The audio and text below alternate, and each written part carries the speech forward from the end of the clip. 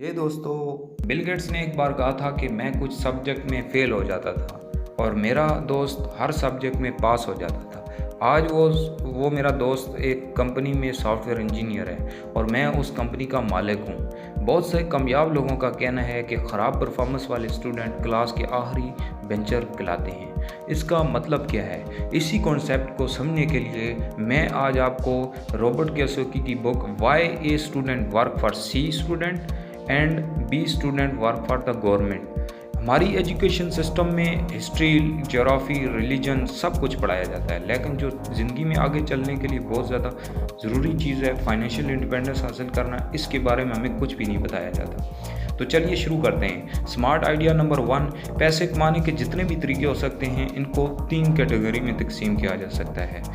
Number 1, ordinary income, portfolio income, passive income. ये 3 तरीके हैं। ऑर्डिनरी इनकम का मतलब अपनी कोई शॉप करना, किसी कंपनी में काम करना और सारी ज़िंदगी इसी कोशिश में लगे रहना, क्योंकि ये सब कुछ हमें एक स्पेसिफिक सब्जेक्ट पढ़ा के स्कूल में ट्रेन किया जाता है और फिर हम इसी तगोदो में लगे रहते हैं।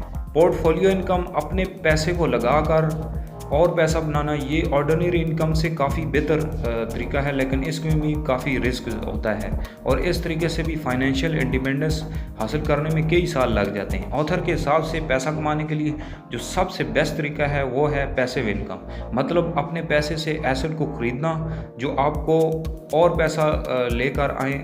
एसेट मतलब कोई भी ऐसा एसेट हो सकता है, जैसे आप अपना घर रेंट पर देकर उससे पैसा कमा सकते हैं, जैसे आप अपने कोई बिज़नेस स्टार्ट कर सकते हैं, जैसे आप देख सकते हैं फेसबुक है, KFC है, एप्पल जैसी बड़ी बड़ी कंपनी है। आप कंपनी वगैरह बनाकर पैसा कमा सकते हैं। अगर इन कंपनी के मालिक कुछ अरसे के लिए, कुछ महीनों के लिए अगर काम ना भी करें तो उनकी पॉकेट में पैसा आता रहता है। तो smart idea number 2, choose your position on the cash flow quadrant before choosing your career. Author के हिसाब से पैसा कमाने के जितने भी तरीके हो सकते हैं इनको 4 कैटेगरी में तकसीम किया जाता है, यानी E, S, B और I।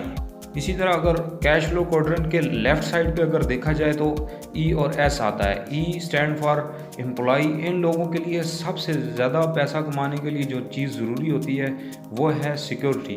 अगर इन लोगों को ज़्यादा पैसा कमाने की ज़रूरत पड़ती है तो ये ज़्यादा से ज़्यादा छोटी नौकरी से बड़ी नौकरी पे ही जाने को तरजीह देते हैं। इनके लिए किसी एक पर्टिकुलर काम में एक्सपर्ट बनकर इससे पैसा कमाना। नेक्स्ट है जी S stand for employee, self employ. और ये लोग रिस्क लेने से भी इतना भी नहीं डरते, लेकिन इन लोगों में एक एटीट्यूड काम करता है कि ये जो काम कर रहे होते हैं वो बेस्ट होता है उनके लिए, इसलिए ये लोग खुद ही काम करना पसंद करते हैं और सारी ज़िंदगी ऐसे ही इनकी ज़िंदगी चलती रहती है। कैश फ्लो क्वाड्रेंट के राइट साइड पे अगर देखा जाए तो I और B आता है। B stand for businessman. ये लोग एक सिस्टम बनाते हैं और इस सिस्टम में लोगों को हायर करके ये लोग ना सिर्फ एक्टिव रहते हैं बल्कि पैसा भी कमाते हैं। ये बिजनेसमैन अगर काम ना भी करें तो इनका बिजनेस ऑटो पायलट पर होने की वजह से हमेशा इनको अर्निंग होती रहती है। नेक्स्ट है जी I स्टैंड फॉर इन्वेस्टर। ये लोग बहुत चालाक होते हैं। ये लोग बिजनेस ओनर से पैसा इन्वेस्ट कराकर खुद ऑलमोस्ट ज़ीरो काम करके हर वक्त पैसा कमाते रहते। बिजनेस ओनर को फिर भी सिस्टम को और लोगों को मैनेज करना पड़ता है, लेकिन इन्वेस्टर को इतना सा भी काम नहीं करना पड़ता। ऊपर से अगर देखा जाए तो एम्प्लॉय सबसे ज़्यादा सिक्योर हैं और इन्वेस्टर सबसे ज़्यादा रिस्क में है, जबकि एम्प्लॉय सबसे ज़्यादा रिस्क में है और इन्वेस्टर ज़्यादा सिक्योर रहते हैं, क्योंकि एम्प्लॉय को बिजनेस ओनर किसी भी टाइम पर निकाल सकते हैं और इन्वेस्टर जब चाहें अपना पैसा जहाँ चाहें इन्वेस्ट कर सकते हैं और उनका कंट्रोल अपने पैसे के ऊपर फुली होता है, जबकि एम्प्लॉय का कंट्रोल अपनी जॉब के ऊपर नहीं होता। तो मेरा आपसे एक सवाल है, आप कैश फ्लो क्वाड्रेंट के किस साइड पे रहना पसंद करेंगे, किस साइड पे आप प्रेफर करोगे? Smart idea number 3, it is better to be a good at many things than being expert at particular thing. अभी हमारे एजुकेशन सिस्टम को ऐसे डिज़ाइन किया गया है जिससे कोई भी एक स्टूडेंट एक पर्टिकुलर थिंग में एक्सपर्ट बनकर निकलता है, जैसे math honours, chartered accountant, dentist. इस वजह से स्टूडेंट के पास 2 ही ऑप्शन बचे रहते हैं, या एम्प्लॉय या फिर अपना कोई छोटा मोटा काम करके ज़िंदगी को गुजारना।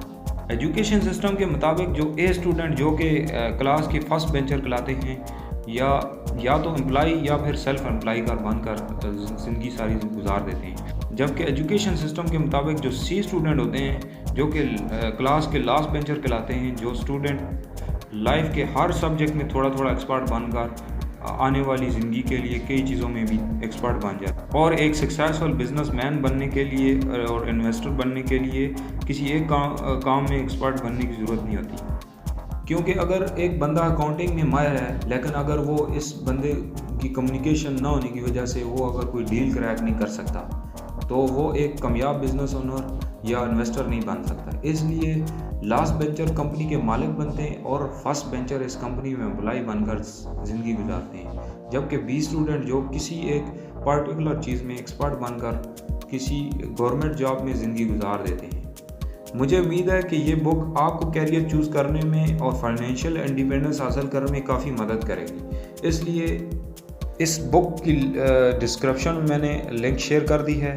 अब एंड में कमेंट करके बताइएगा कि ये समरी आपको कैसी लगी। शेयर कर दीजिएगा, लाइक कर दीजिएगा और सब्सक्राइब कर दीजिएगा ताकि आने वाली वीडियो आपको मिल सके। और फाइनली थैंक्स फॉर वॉचिंग।